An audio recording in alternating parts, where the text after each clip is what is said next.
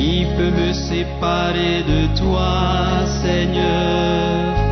Qui peut me séparer de ton amour? Ni la vie, ni la mort, rien ne peut. Ni le passé, ni l'avenir, Seigneur. Ni la richesse, ni la pauvreté. Ni le bonheur, ni les épreuves.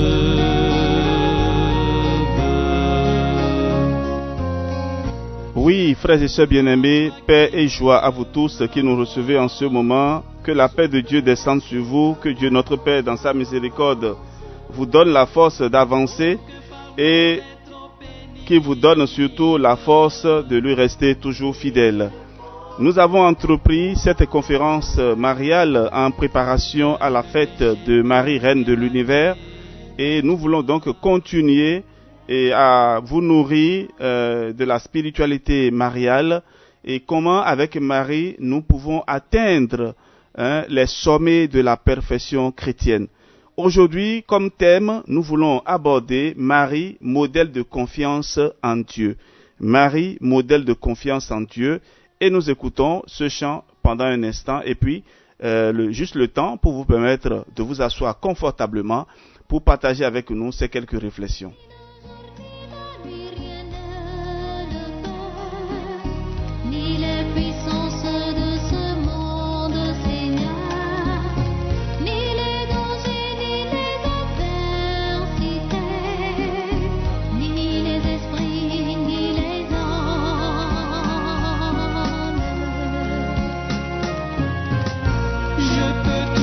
Toi qui me rends fort, je peux marcher dans la confiance. Aucun fardeau n'est trop pénible. Oui, aucun fardeau n'est pénible à celui qui se confie au Seigneur. Nous abordons donc aujourd'hui un autre thème, toujours en marche vers la fête de Marie, Reine de l'Univers. Marie, modèle de confiance en Dieu. Et nous prenons comme texte de base Luc 1, verset 38. Je suis la servante du Seigneur, que tout se passe pour moi comme tu me l'as dit. Je suis la servante du Seigneur, que tout se passe pour moi comme tu me l'as dit. Luc 1, 38. Frères et sœurs, deux récits bibliques nous donnent d'admirer la solidité de la confiance de Marie en Dieu, son Créateur. Il y a tout d'abord sa réponse au message de l'ange, son si célèbre fiat. Je suis la servante du Seigneur, que tout se passe pour moi comme tu me l'as dit. Luc 1, 38. Après ces mots de Marie, la Bible ajoute « et l'ange la quitta ». La réponse de Marie au projet de Dieu fut si parfaite que l'ange ne put lui dire un seul mot de plus. Comme la confiance de Marie est admirable, y avait-il avant elle un exemple de jeune fille vierge qui est conçue par l'action du Saint-Esprit? Aucun exemple n'a jamais existé en dehors de celui-là, à ma connaissance. Frères et sœurs, d'où pouvait venir une confiance pareille? Vous me direz peut-être que c'est parce que l'ange lui a expliqué que Dieu avait déjà accompli pour sa cousine Élisabeth un miracle pareil en lui permettant de tomber enceinte malgré sa vieillesse. Mais peut-on vraiment comparer les deux situations? Point d'interrogation. Je ne le crois pas. Certes, c'est une merveille, un vrai miracle qu'une femme vieille et stérile de surcroît se retrouve enceinte comme ça par le simple fait de la bonté divine. Mais cet exemple n'est pas unique dans la Bible. En effet, nous avons de nombreux exemples de femmes stériles ou âgées qui ont conçu de façon miraculeuse. Nous avons Rebecca, femme d'Isaac, dans Genèse chapitre 25, verset 19 et suivant. Nous avons Léa, femme de Jacob, Genèse 29, verset 31 et suivant, Genèse 30 également. Anne, qui allait devenir la mère du prophète Samuel, premier livre de Samuel, chapitre 1er. Nous avons même l'exemple de Sarah, la femme d'Abraham, qui était stérile et âgée de 90 ans lorsqu'elle a pu enfin concevoir. Et ceci dans Genèse chapitre 17. Mais aucune de ces femmes n'était vierge. Aucune d'elles n'a conçu sans être unie à un homme. En cela, la grossesse de Marie défie non seulement les lois de la nature, mais aussi les lois spirituelles qui présidaient au miracle de fécondité jusque-là.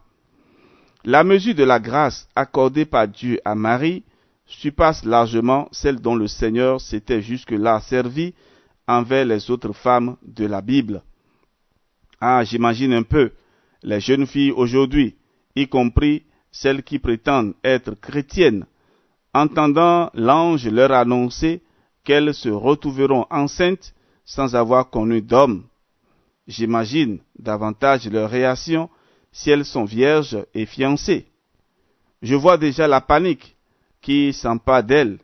Je les entends déjà demander à l'ange de repasser plus tard, le temps qu'elles en discutent d'abord avec leur fiancé, leurs parents, leur curé ou leur pasteur, leur évêque, etc. Je vois les réunions se multiplier sans qu'on puisse s'accorder sur la réponse à donner à l'ange. Je vois la jeune fille complètement bouleversée et brisée, incapable de faire face au chamboulement provoqué par la nouvelle dans sa vie et au refus de ses proches d'accorder du crédit à ses déclarations. Je vois les jours s'écouler sans que ni la jeune fille ni sa famille n'aient pu décider quoi que ce soit. Je vois enfin Dieu attendant sans fin une réponse. La confiance de Marie en Dieu est un défi qu'aucun autre chrétien n'a pu relever jusqu'à présent. Marie savait très bien qu'en disant oui à Dieu, cela bouleverserait complètement tous les projets qu'elle avait patiemment bâtis avec son fiancé Joseph. Elle savait qu'elle serait incapable d'expliquer à son entourage comment elle était parvenue à concevoir sans perdre sa virginité et par quelle alchimie elle était parvenue à tomber enceinte du Saint-Esprit et devenir la mère de Dieu. Mais manifestement, aucune de ces difficultés ne lui paraissait insurmontable. Aucune d'elles ne semblait l'effrayer. Frères et sœurs bien-aimés, cette jeune femme faisait simplement confiance à Dieu pour expliquer à son fiancé Joseph ce qui se passait. Expliquer la situation était sans doute au-dessus de ses capacités, alors qu'a-t-elle fait?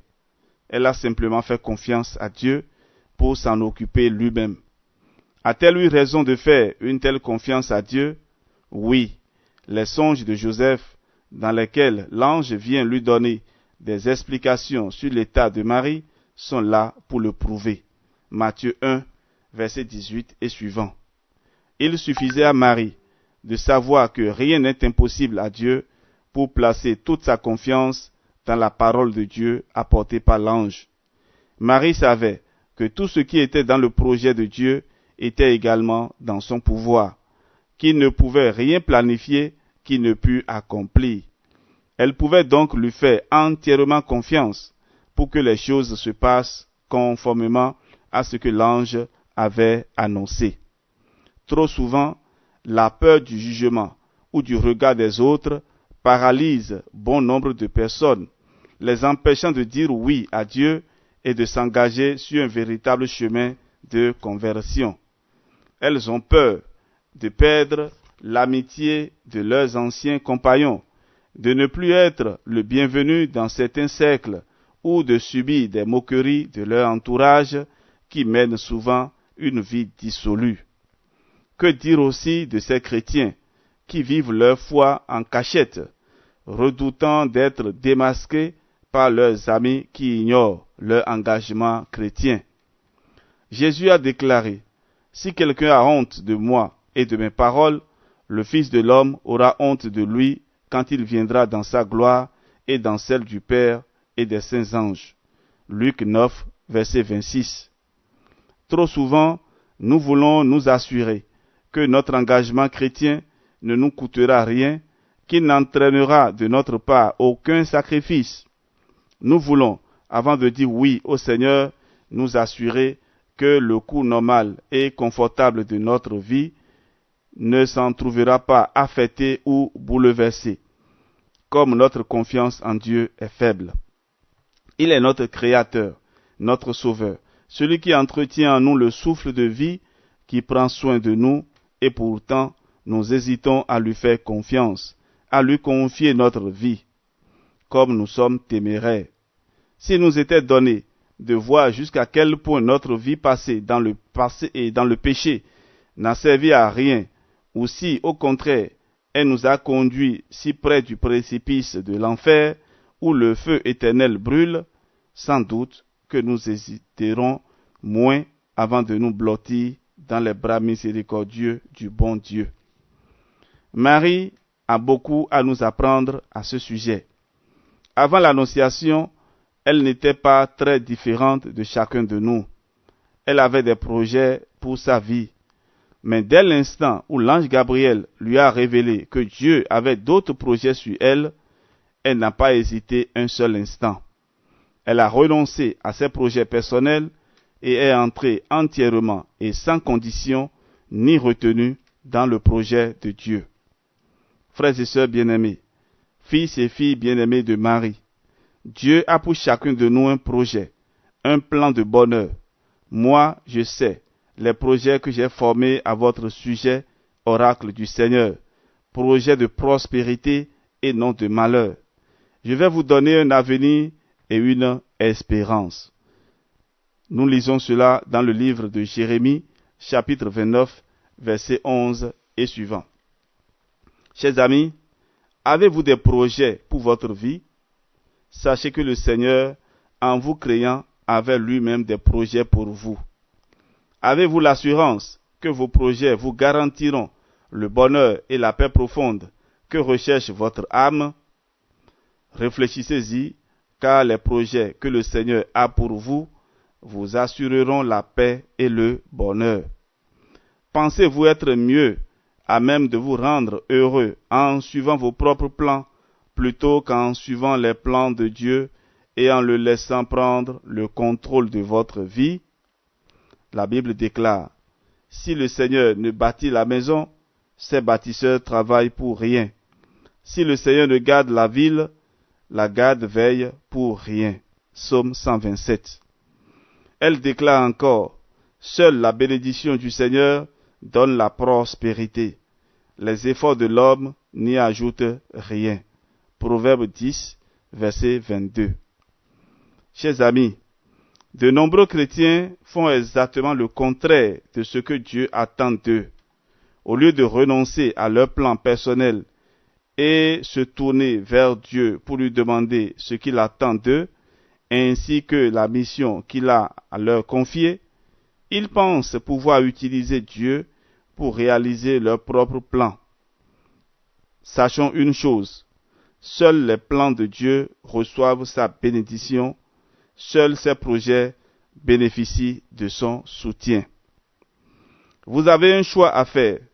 Soit vous acceptez de travailler pour le Seigneur afin que sa volonté s'accomplisse dans votre vie, soit vous décidez de travailler pour vous-même en tournant le dos à Dieu, à ses bénédictions et à son appui. Si vous choisissez la deuxième voie, sachez une chose, vous courez assurément vers votre perte. Peu importe la quantité de biens que vous amasserez, peu importe le trésor de moyens que vous déploierez, vous courez vers votre perte. Jamais, loin de Dieu, vous ne trouverez la paix ni la véritable joie. Faites le bon choix, suivez l'exemple de Marie. Nous avons dans le récit des noces de Cana un autre exemple frappant de la confiance que Marie a dans son Dieu, et nous en parlerons tout à l'heure après cette pause musicale que je vous propose. Mais déjà, je vous invite, frères et sœurs bien-aimés, à rester toujours et accrochés à nos enseignements. Que le Seigneur vous donne vraiment son Esprit Saint pour vous aider à vivre au mieux votre vie chrétienne. Mon amour, ni la vie ni la mort, rien ne peut, ni le passé ni l'avenir, Seigneur, ni la richesse ni la pauvreté, ni le bonheur ni les épreuves.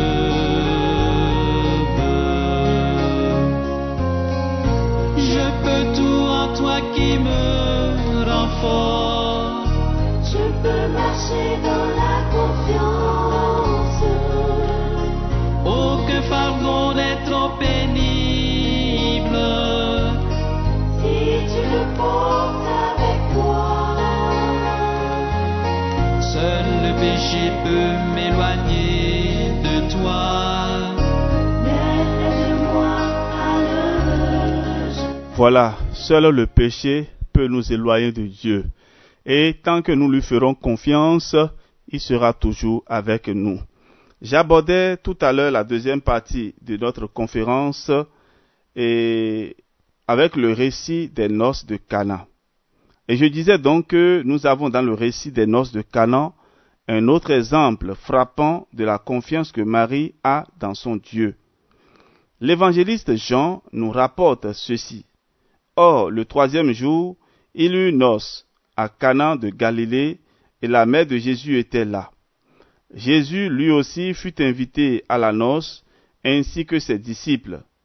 Comme le vin manquait, la mère de Jésus lui dit, « Ils n'ont pas de vin. » Mais Jésus lui répondit, « Que me veux-tu, femme?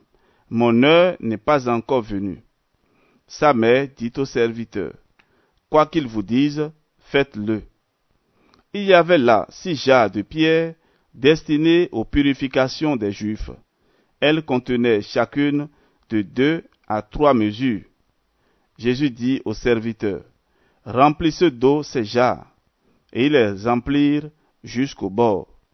Jésus leur dit, « Maintenant puisez, et portez-en au maître du repas. » Nous lisons cela dans l'Évangile selon Saint Jean, chapitre 2. Et que vous pouvez également lire et approfondir. Alors, frères et sœurs, dans ce récit, Marie fait 2 choses capitales. Elle exerce sa foi et elle nous apprend à exercer notre propre foi. Lorsque le problème est survenu, c'est-à-dire le manque de vin, sans aucune hésitation, Marie s'est tournée vers son fils Jésus, lui demandant de faire quelque chose. Jusqu'à ce moment, Jésus n'avait encore réalisé aucun miracle. La foi de Marie que son fils pouvait faire quelque chose ne reposait donc pas sur un antécédent, sur un miracle que Jésus aurait accompli précédemment et qui aurait fait comprendre à sa mère qu'il avait le pouvoir d'accomplir les miracles. Marie n'a pas eu besoin qu'il y ait un précédent miracle pour connaître la puissance de son fils. Elle savait tout simplement qu'il en était capable. Sa foi reposait sur la connaissance qu'elle avait de son fils, l'ayant élevé pendant une 30aine d'années. Un enseignement important peut être tiré de cela. Si vous entretenez une relation étroite avec Jésus-Christ, vous n'aurez pas besoin de miracles pour que votre foi en lui grandisse. Votre connaissance approfondie de sa personne suffira amplement à fortifier votre foi. Nous pouvons remarquer en lisant les évangiles que les apôtres du Christ n'étaient pas ceux qui avaient le plus bénéficié de ces miracles. Leur foi reposait davantage sur la connaissance qu'ils avaient de leur maître. Marie n'est pas seulement celle qui a donné naissance à celui qui allait devenir le Messie d'Israël. Avant toute autre personne, elle est la première à croire en lui. Sa foi est à la fois simple et pure. C'est la foi d'une mère qui n'a rien oublié de toutes les paroles prophétiques qui ont précédé ou accompagné la naissance de son fils, qui ont été prononcées à son sujet pendant sa tendre enfance ou son adolescence. Marie a gardé précieusement ces paroles, s'attendant plus que tout autre à ce qu'elles s'accomplissent un jour. Elle savait que son fils était capable d'accomplir ce miracle parce qu'elle en était arrivée à cette conclusion en l'observant et en méditant profondément sur sa destinée unique. Le Saint-Esprit l'en avait convaincue. Chers amis, un jour, Jésus enseigna ceci à ses disciples. Tout ce que vous demandez en priant, croyez que vous l'avez reçu et cela vous sera accordé. Marc 11, verset 24. Longtemps avant que Jésus enseigne à ses disciples ce grand secret sur la puissance de la foi dans l'exaucement des prières, Marie, sa sainte mère, l'avait déjà expérimenté aux noces de Cana. En effet, après avoir transmis sa requête à Jésus, Marie s'est comportée comme quelqu'un qui s'attendait à recevoir ce qu'elle avait réclamé. Jésus lui-même n'avait-il pas déclaré « Demandez, on vous donnera, cherchez, vous trouverez, frappez, on vous ouvrira. » En effet, quiconque demande reçoit, qui cherche trouve, à qui frappe on ouvrira. Matthieu 7, 7. Marie n'a pas hésité à prévenir les serviteurs. Quoi qu'ils vous disent, faites-le. Elle n'avait aucun doute que son fils agirait, elle savait, elle croyait. Les serviteurs, eux, ne savaient rien, elle dut les prévenir que son fils allait leur donner des instructions. À qui vous identifiez-vous, frères et sœurs? À qui vous identifiez-vous? Aux serviteurs qui ne savent rien, qui sont si proches de la grâce sans s'en douter, ou bien à Marie qui sait de quoi Dieu est capable et qui n'hésite pas à solliciter son aide. Cessez d'être au service d'idoles ou de causes contraires à l'Évangile.